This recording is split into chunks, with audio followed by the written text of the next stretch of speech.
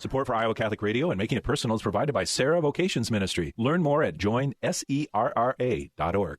Making It Personal with Bishop William Joensen on Iowa Catholic Radio and iowacatholicradio.com. Welcome to Making It Personal with Bishop Joensen. I'm Jean Till, and on today's show, we're visiting with Randy Peterson, retired sports reporter for the Des Moines Register. I don't know if this is a scoop. If we were to get in the first interview post-retirement for him, but I think I'm excited already. So it's kind of pregame here. But yes, here we are already toward the end of May, Memorial Day weekend, a chance for people to kind of begin their informal summer season. We're looking forward to this past couple days. I was with Dowling Catholic High School's Baccalaureate Mass at St. Francis and their commencement last night. We'll be installing Father Matthew Luft on Sunday. Formerly, he's been at St. Pius X in Urbandale for almost a year now, but we're going to formalize that. And then the very, I think, beautiful and poignant Memorial Day Mass at Glendale Cemetery on Monday morning. We kind of rotate that, but a long-time custom there in the area of the priests and bishops' graves there as well. So always a good reminder of death for me. But no, we're very much alive today, and so we're not going to wait. Looking forward, Randy Peterson.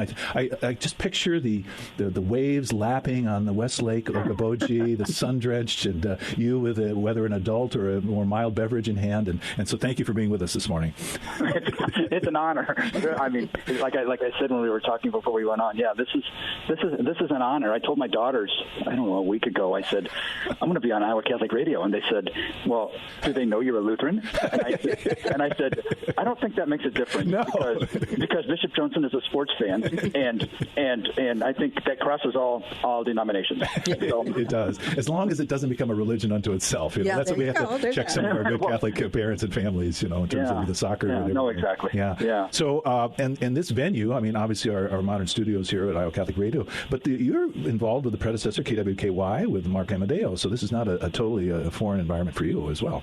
No, I love Mark. Yeah, Mark is one of those guys that you want somebody to do something, he'll do it. Yep. I mean, it's just he's a salt of the earth person who do anything for you and do anything for youth. I mean, he does radio. I think does he still do radio? I think he probably still does some radio, and he umpires and high school games and So he's we need more Mark Amadeus for sure. I'll tell his brother, Father Michael, that. So okay. But, do that. No, and it's a bit daunting for me to be interviewing one who's interviewed so many luminaries in the sports world and beyond. So grateful to you. We mentioned the high school ranks, and so you as a graduate of East High School, where you met your late wife Patty. So were sports at the center of your world at that time, and the whole sense of I may not be destined to be a D1 athlete, but to be involved in this as a journalist is tugging on your heart. Yeah, I was not going to be an athlete. I was a little bit of a baseball player, but I didn't go anywhere past East High School. So it was. We actually met in a junior bowling league. And bowling's back now. That's a sport. Exactly. Exactly. And I mean, here's Patty from a family that owned a drugstore by Grandview College, owned Fayborg Pharmacy, and me from the other side of the east East Des Moines tracks. So I upgraded for sure. But I've had a good life, and living on the east side. That I'm still very proud of the east side. Yes, I moved up to Okoboji full time, but I bought a condo at Okoboji when my wife died. We were going to buy one because we brought the kids up constantly, and I told you I was going to ramble. We brought the kids to Okoboji, the two daughters, constantly to Okoboji, and I told my daughters when my wife died, I said, well, we were just getting ready to buy to start looking at condos at Okoboji, and I said, we're going to still do it. I'm still going to do it, in honor of Patty. Yeah, and her spirit's still with you there. And we did. Exactly. Yeah. And so we did it, and my daughters come up as much as I can. My youngest daughter, Katie, she teaches high school English, so at Southeast Polk. So I mean, during the summer, she's up here all the time. So what's the expression, Gene? Is it Warren Township against the world, or what? The east side. Lee Township. Lee Township. Excuse me. That's okay. Hey, Picado. Okay. You're a Waterloo and Ames guy, so that's okay. You're a Waterloo and Ames bishop. Yeah, mainly Ames. My mom's roots in Waterloo, but so Drake University journalism, the high school little beat. Yes? We have to take a break, Bishop. Okay. This is good. We're just getting going. All right. I'm Thank sorry. you. All I'm right. sorry. All right. Hey, we're going to take that quick break, and when we return, we'll be continuing our conversation with Randy Peterson, retired sports reporter from the Des Moines Register. You're listening to Making It Personal with Bishop Joensen on Iowa Catholic Radio and the Spirit Catholic Radio Network. Support for Iowa Catholic Radio is provided by Farm Bureau agent Cindy Schulte. Life insurance can help protect your family. It's your future. Let's protect it. CindySchulte.com. Cindy's phone number is 515-226-2111. Support for programming has been provided by Marr Security Services, a family-owned security company that provides full-service security solutions to homes and businesses throughout the Midwest. Learn more at permarsecurity.com. Thank you, Marr Security Services, for supporting Iowa Catholic Radio. Don't miss the Iowa Catholic Radio Family Celebration, Saturday, June 22nd at the Valley West Mall Outdoor Movie Theater in West Des Moines. Enjoy games and activities for the whole family, plus a giant digital screen featuring the movies Wonka and Fatima. Gate opens at 4 p.m. Admission is free. No outside food or beverages allowed, but plenty of food trucks will be available. Bring a chair, your family, and friends. Watch the sunset, the stars shine in the sky, and on the big screen at the Iowa Catholic Radio Family Celebration. Learn more at iowacatholicradio.com. Welcome back to Making It Personal with Bishop Joensen. And on today's show, we're visiting with Randy Peterson, retired sports reporter from the Des Moines Register. And we are already fully making it personal as Randy shares some of his family and his wife and daughters and all that's there. So, Drake University, are you already getting bylines? Are you working for the Register? You were not a delivery boy at any point, but you're beginning to make your way into the hallways of the august Register and Tribune building, or how did that all play out? Yeah, no, I never did deliver the newspaper, but I started working at the Register in 1972 when I was still a student at Drake. They needed somebody right away to do odd jobs covered on Friday nights, for example, but I ended up working full time. But they needed some people to do to cover high school games, to just do odd type stuff, not the major sporting beats at that point in time. But they needed somebody to. Did you get your own byline then, even at sure? That yeah. Okay. Yeah. No, I did. Yeah. There is justice. And so I said to them, I had to talk to my parents first because they were paying my tuition at that point in time, and they said what a great opportunity this would be. Yeah, I finished out Drake part-time. It took me 2 years. It took me about 6 months longer than it would have taken to graduate had I not worked, because I was working full-time. So as I always told my students, 5 years from now, who cares how long it took you? Right? Exactly. Right. Yeah, exactly. That's 100% correct. Yeah. So I've been plugging along, and and I worked with a lot of great people, and I learned from a lot of great people. So I'm going to say it again. I've been blessed. Were there rites of passage that that are not hazing, but anything that to kind of be accepted or work your way in, or that you knew because maybe they were treating you with a professional kind of brusqueness that you're in. I've heard that there at some newspapers, but I never sensed that at the Register. I mean, I grew up reading Maury White, and I grew up reading Buck Turnbull, and then all of a sudden, wow, I'm working right alongside of those great writers and great men. They welcomed me, and they were. I learned by just watching them and by listening to them on the converse on the telephone and see how they went about things. So there was no rite of passage or anything, or hazing, as you say, which, yeah, sure. There used to be hazing back when I was a senior at East High School, without question. I mean, tame hazing. I mean, there you go. By selling tickets to the elevator, which there was never an elevator, for example. So, I mean, just tame stuff. But, yeah, no, I mean, it was a very professional setting at the Register, and, forever. And I tried to carry that on throughout my career at the Register. When some new reporters would come in, I'd go up to them immediately and I'd say, yeah, I may seem to be curmudgeon-like, but I'm not. If you have any questions, ask me, please. If you need to vent, come to me. Don't go to your boss, blah, blah, blah. So, yeah, it's all been good. Yeah, well, as one who as a boy, pored over the pages of the Peach and the Big Peach, absorbing all of that, and for me, obviously, the Cyclone era, Glenn Anderson yielding to Maury John, and then Johnny Majors to Earl Bruce and things like that. Did you eventually come to see yourself as, I think the phrase, one of your peers, an ink-stained ragamuffin, or was that kind of a joking, name that was tossed around?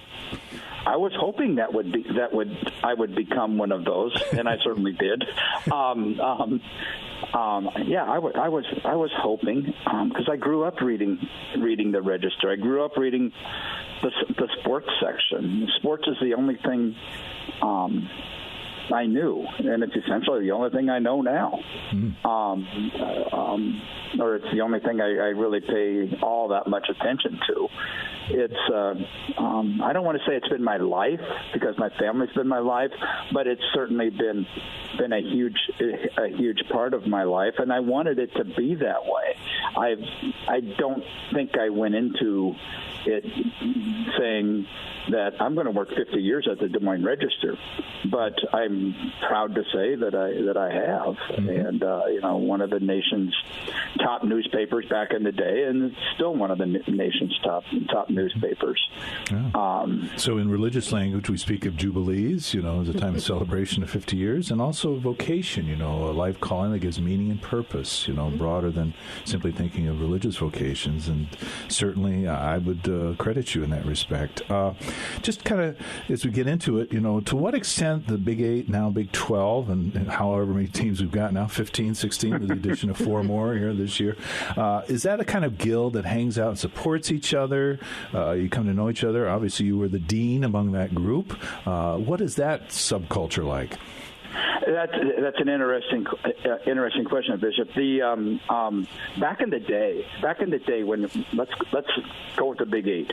Back in the day, there weren't as many reporters, obviously, covering all these, out on the road covering games. So yeah, when I was in, let's just say, the Iowa State's playing at Nebraska, and it's a Friday night before a game. Yeah, the Register reporters would interact with the World Herald reporters, or the Lincoln newspaper reporters. We'd go out and have dinner together, and we'd do that constantly. We do that wherever we went on the road. I mean, when reporters came to Des Moines, they'd get a hold of me, they'd get a hold of Rick Brown, they'd get a hold of Mark Hansen, whomever, Maury Buck, I don't know, take your pick. We'd go out to dinner together. I remember a lot of times. Always off the record, or could some things kind of filter into this? This is just reporters. This is just reporters. So, but sharing anecdotes and things about sharing, exactly, and brainstorming things. Because back then we weren't in I wasn't in competition with the newspaper in Boulder, Colorado, for example. But because it was newspapers, people in Des Moines didn't read, or people in the state of Iowa didn't read. We weren't in competition. But now with the internet, oh my gosh, internet's a worldwide, as it's called. So there's so much competition now. But we had a lot of interaction, and it was great. I loved it. And we still do get together sometimes, a bunch of us old veterans. Veterans. Yeah. Veteran people. We still get together sometimes. We meet, once a year or so in Kansas City. But there's so much change anymore in the profession. I mean, reporters come and go way more than they used to. I don't know whether it's salaries, more job opportunities, and there's certainly more job opportunities now. Just generationally, younger people are moving through jobs every 2 or 3 years. It's almost regarded if you stay in one place. It's I know, and I don't know. And I guess I'm not going to. Yeah. We don't editorialize on that, but it's a changing business. Yeah. So could you kind of maybe focus on that? And it's a huge question, and we can't tackle it all. But just the sports itself, regard to athletes, and we could this can go anywhere: name, image, and likeness, coaches, fans, administrators. A couple observations of changes, for better or worse, that you've really sensed, maybe even accelerated in the last 10 plus years. Yeah, athletes today are more protected than they have been in the past. And it's because of name, image, and likeness has a lot to do with it. Plus, now there's so many different websites out there, legitimate websites, not legitimate websites, good websites, bad websites out there that players, student athletes, instead of talking to the same 5 reporters every day, which is what they used to do which is what we did back in the day. We got to know them. They got to know us. We knew their families. They knew our families. Trust was established. Yeah. Exactly. There was no internet. But all that's changed now, and athletes are so much protected. We don't have the one-on-one capabilities that we used to have. Those are few and far between anymore, because, like you said, because of the trust, the trust factor. If you give a one-on-one to the Des Moines Register, then you got to give a one-on-one to the person down the street who's got a website. I don't know who. And the name, image, and likeness has been huge. And I'll just use an example right now. The example that's out there right now, I mean, right in front of our very eyes, is Caitlin Clark. God love her. God love the family. I mean, I covered the Nizzi family, my gosh, for years, which Caitlin's a Nizzi, as you guys know. But, I mean, she had security around her wherever she went in Iowa City. I mean, what kind of existence is that? Yeah. I mean, it's because of name, image, and likeness, because there's so much money involved, and people wanting a piece of that. It's because of the celebrity, and that's what we've done. Athletes today, and like I said, I'm rambling, have become celebrities, and I don't know whether that's a good thing or a bad thing. I really, especially at least at the college level, I don't know whether that's good or bad. Yeah, and but with fame also comes all the opprobrium, the invective that's hurled at them, the venom on social media that they have to bear. We're talking 18 to 22-year-olds, No, you're exactly right. And obviously there's a lot of money riding on it now. Sports gambling is just taken off. And that's another thing. Yeah, geez. And Caitlin's handled all this great. I mean, she has. I mean, she has. I mean, and I didn't doubt it one bit. I mean, I don't know her father, but I know Ann, her mom. I know Bob Nizzi, her grandpa, coached football at Dowling. So I mean. Yeah, she's handled it great, and she still continues to handle it great. And her, despite not exactly starring in her first few games, but I don't know what people expected of her. Come on, let's wait a year before we pass. Exactly. Yes. Switching a little bit, and no names needed here, please. But were there coaches that either publicly or privately expressed displeasure with your coverage? Did anyone kind of shut the door on you, or how did you kind of respond in those situations? Yeah, I don't think anybody shut the door, but some expressed weren't real happy with me. There were times when I'm going to use Iowa State as an example, because it was like, I can go. Okay, I'll go back to Iowa. Well, and I'll use the name, Steve Alford. It was. I don't think Steve Alford had a great relationship with any of the reporters. I don't know that he had a great relationship with many people in Iowa City, including the clothiers or anybody else.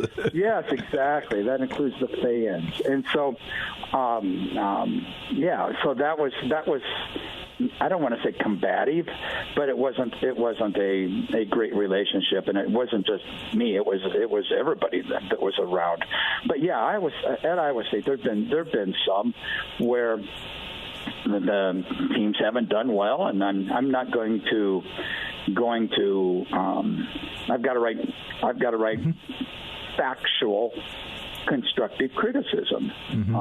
If there's a long losing streaks or teams aren't playing well or things like that, and it gets under the skin of some coaches, some thin-skinned coaches at sometimes, and I remember one night one day it might have been, I can't remember for sure, but the day of a game, I ran into the wife of one of the coaches, and she said to me, she said, "What negative are you going to write today?" And I just smiled, but it happens. It happens. I mean, you have to have a thick skin, and as long as it doesn't get personal with my daughters or my granddaughter, it's part of it. Well, I would like to credit you a little bit, as reading you for decades, that your style of leveling, dispassionate but not harsh criticism, and speaking the truth in a way that you're trying to elevate things, but at the same time you're not going to sugarcoat it either, or pull any punches. I think that's even informed my style of engagement as a priest and as a bishop. How because there are hard conversations, but you don't do anybody any favors by not telling it the way it is, and people could take exception, have a different opinion about it. That's fine, but that you're doing your job when you do that. And I think Cyclone fans are realists. More, ultimately, I think, we know when the call that went against us, that was pass interference, so. And it happens a few times. It happened a few times. Yeah. So we are, unfortunately, quickly coming up on a break here, so we'll pause and then hopefully can really bring it home here. Well, stay with us as we continue our conversation with Randy Peterson, retired sports reporter with the Des Moines Register. You're listening to Making It Personal with Bishop Joensen on Iowa Catholic Radio and the Spirit Catholic Radio Network. Support for Iowa Catholic Radio is provided by the Sarah Vocations Ministry, including the St. Sarah Club of Des Moines and the Sarah Club of Council Bluffs. Sarah is an apostolate of the Worldwide Catholic Church dedicated to fostering and supporting priesthood and religious vocations. Sarahs strive to accomplish their mission through prayer, fellowship, and service to the bishop, priests, sisters, and all in religious formation, and in doing so to increase their own holiness. Learn more at joinsarah.org, joinserra.org. Thank you, Sarahs, for your support of Iowa Catholic Radio.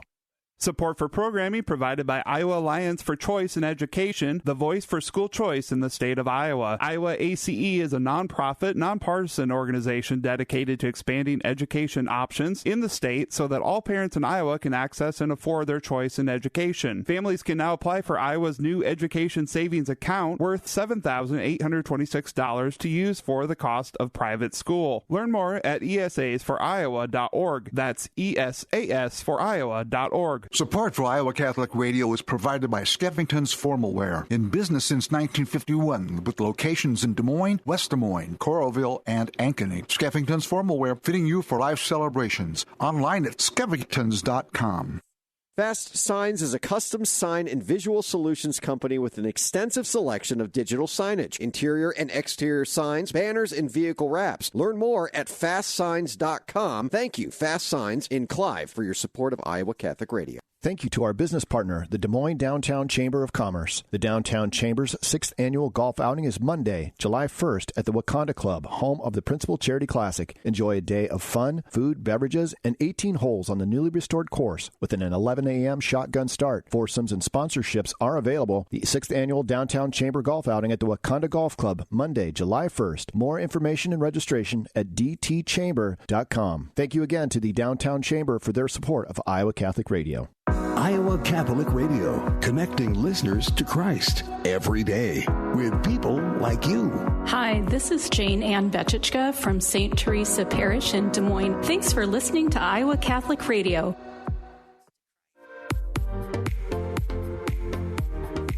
Welcome back to Making It Personal with Bishop Joensen. Well, I will be castigated by some of my Cyclone clergy friends if I don't pose this question about biggest ISU upsets you've covered and why you think so. And, you can have any sport, football and basketball obviously come to mind, but this is a kid who wept when Tom Gedgen missed the extra point against Nebraska in 1973. But so the question, the floor is yours. Wow. Oh, my golly. This is a tough one because there's two. I mean, the Iowa football victory in Iowa City in 1998 ended 15 losses in a row by the Cyclones in the Cy-Hawk game, and I think Iowa State was a huge underdog, and McCarney's guys beat the Hawks in Iowa City 27-9 in what turned out to be Hayden's last Cy-Hawk game. Trivia. Yeah, he was done after that year. Did that help make him reach that decision? I don't know, but here's the deal with Hayden. He was towards the end. It started leaking out that he was sneaking up the back halls, the back stairways of Iowa City hospitals. He had some sort of mild cancer, something going on, and so it was something health related going on, and we who were around Hayden a lot back then, we could see that we could discern that he wasn't the same Hayden that we knew earlier. So we could just sense that something was going on, and that ended up being his last season. Poignant. Now, other upset you mentioned? Yeah, I can't. My gosh, the 2018 Iowa State football at Oklahoma, that was unbelievable. That is something I'll never forget. And I touched on it in my farewell column. I mean, they did that with a third string quarterback, right? And a linebacker and a quarterback, Joel Lanning, who started out as a quarterback. He played both positions his senior year. He played both positions in that game. And his selflessness to take on the other positions. Oh yeah, exactly. And he became a very good linebacker too. Yeah, exactly. So that was Campbell's second or third year at Iowa State, and Iowa State was at least a 30-point underdog, and I'm living down on sabbatical in Bogota, Colombia. My hosting, and I'm trying to explain to them it's been 19 years since we've. Anyway, time is running out. Conference realignment. Jamie Pollard, take your pick. Conference realignment. I think instead of the big what is it this year? It's going to be 16. I think you'll see a big 30. I think you'll see the top 30 teams, the top 30 football programs branching off and forming their own league, forming their own rules, playing their own guidelines. However much you want to pay the players, pay them. I think that will happen somewhere down the road if they can get a TV contract, a TV network's on with them. Jamie Pollard has been as good for Iowa State as George Niang was, as Brett Hoiberg was, as Seneca Wallace was, as Bridget Carlton was, as Audie Crooks is now, and any of those people. As an athletic director, he's been spectacular. He's been exactly what Iowa State wants. And every time there's a job that opens, a major job, I see reporters throwing out his name, and I kind of smile and laugh a little bit, especially when Nebraska. And it's logical for people to throw that name out. But Jamie, I can't imagine Jamie going anywhere. We saw Gene Smith go off to Ohio State, so exactly. And I love Gene Smith. 15 seconds. Did you throw your mantle over Travis Hines as you saw him? Yeah. Okay. I did. I suggested Travis Hines for the job. I suggested it a couple of times. I've worked with Travis a lot of years, and he's got such a great insight into Iowa State and into sports. He'd be great. Randy Peterson, thank you, the dean of sports writers in so many ways, and I appreciate you taking the time and loved it, and would love to have you back. After the dust settles, and but I don't know if you're ice fisherman in the winter or not at Okoboji, but may enjoy the seasons up there. I appreciate it. it. Thank you so much. This has been an honor. Like I said earlier, it has seriously been an honor. Thank you. All right. Blessings on you and your daughters. This has been another edition of Making It Personal with Bishop Joensen. Thank you to our guests and to all of our listeners, whether in Iowa, Nebraska, or Wisconsin, or wherever you may be listening to Iowa Catholic Radio and the Spirit Catholic Radio Network. You can hear Making It Personal with Bishop William Joensen every week on Iowa Catholic Radio and iowacatholicradio.com. Support for Iowa Catholic Radio and Making It Personal is provided by Sarah Vocations Ministry. Learn more at joinserra.org.